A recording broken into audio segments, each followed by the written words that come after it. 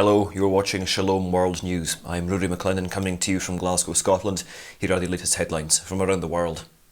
In Scotland, leaders of various churches and faith communities have urged members of the Scottish Parliament to reject a proposed assisted dying bill, as they fear it could pressure vulnerable people into ending their lives for fear of being a burden on others. Catholic prelates, the Christian Institute and leaders of the evangelical churches in the nation have strongly condemned the proposed bill that will be considered by lawmakers in the months to come.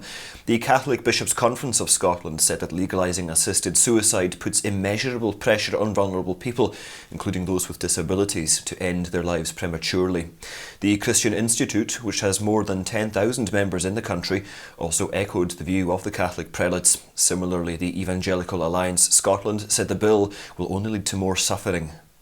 A federal security agency in Nigeria has ordered a noted Catholic bishop to report for interrogation after he used strong words to criticise the government over its alleged apathy in not tackling the rising number of kidnappings and Christian persecution.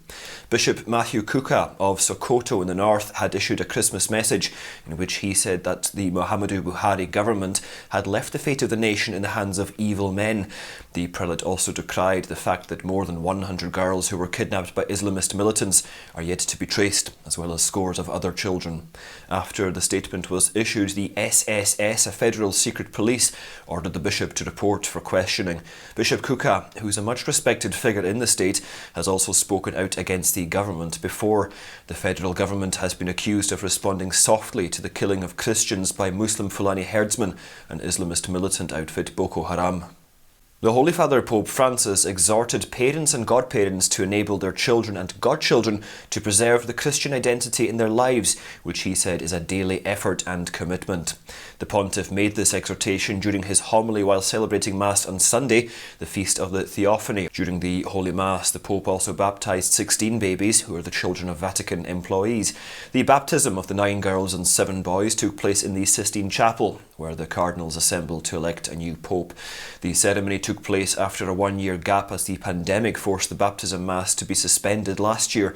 The custom of the Pope administering baptism to the children of employees of the Holy See was established by Pope St. John Paul II in 1981, and from 1983 it has been celebrated in the Sistine Chapel. Hundreds took part in the annual March for Life in Chicago on Saturday. Cardinal Blasé Cupich of the Archdiocese of Chicago, who took part in the event, said that the march is held to foster respect for all human life, and that is the goal that everyone needs to pursue. The event that took place at Federal Plaza was attended by people from all walks of life, bearing placards with pro-life slogans and banners. The March for Life takes place every year around the anniversary of the Roe v. Wade verdict that legalised abortion in all states of the country. In what is seen as a positive move towards fostering hope among the Iraqi Christian diaspora to return to their homeland, Shiite leader Muqtada al-Sadr paid a courtesy visit to Chaldean Catholic Patriarch Cardinal Louis Raphael Sacco on January the 4th. The leader was accompanied by representatives of his political party, and he discussed the condition of the country and the next stages of the legal development of returning the stolen homes and properties of Christians to their rightful owners. Al-Sadr is in charge of the initiative to return properties and houses to their rightful owners after they were illegally occupied by Muslims when Christians and Yazidis fled during the Islamic State occupation. Several properties have been handed over to Christians who have returned to their ancestral villages, and the initiative is expected to gain momentum in the months to come. Things took a positive turn in Iraq for the Christian community in 2020 after the announcement of the apostolic visit of Pope Francis, which took place in March last year.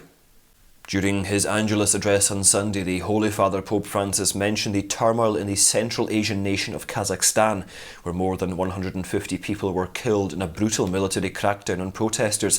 The Pope prayed for the repose of their souls. Pope Francis expressed hope that social harmony will once again be restored through dialogue and justice.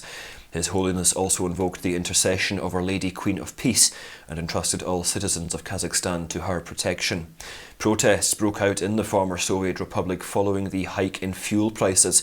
This gradually morphed into a mass movement against the government and former President Nursultan Nazarbayev, who was in power for 3 decades and still exerts considerable influence in politics in the country.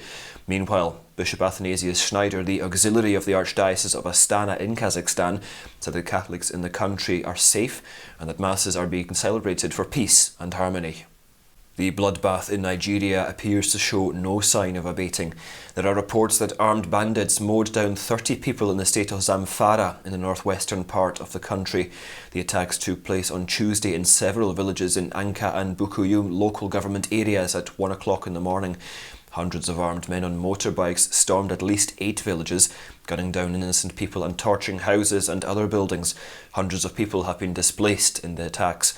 The region is witnessing a spurt in abductions and violent crimes since 2020, and the government is facing an uphill task of protecting the lives and properties of people. Since 2013, Catholic university students in Chile in South America have been engaged in constructing wooden chapels on the outskirts of urban areas to make the presence of the church felt. This year, they're all set to construct the 100th wooden chapel as part of the Capilla País, or Country Chapel project. The new chapel will come up in the district of Batuco of the nation's capital, Santiago.